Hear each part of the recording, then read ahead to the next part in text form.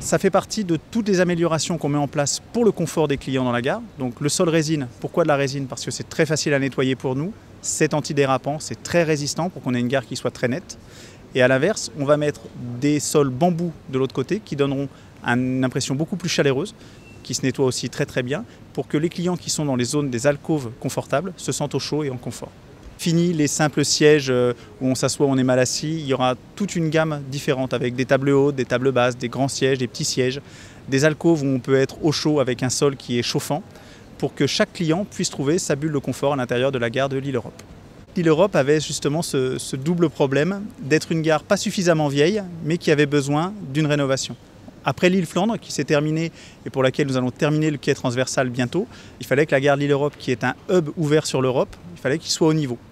Il y avait des soucis d'électricité, des éclairages qui n'étaient peut-être pas suffisants, un sol qui était irrégulier où les gens pouvaient glisser ou se cogner. On a décidé de refaire l'ensemble de la gare.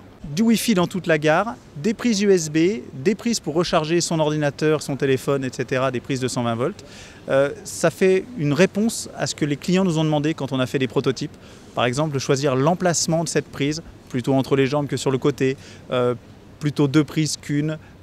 Tout ça, on a intégré les demandes de nos clients.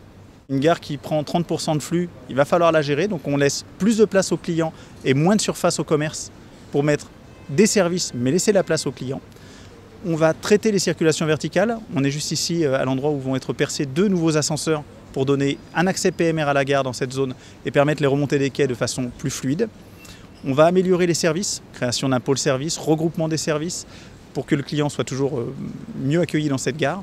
Et on va traiter tout ce qui est patrimoine. On a lancé un chantier de réparation des fuites en toiture. On a réparé tous les circuits électriques, les évacuations d'eau pour que la gare soit au niveau de 2019.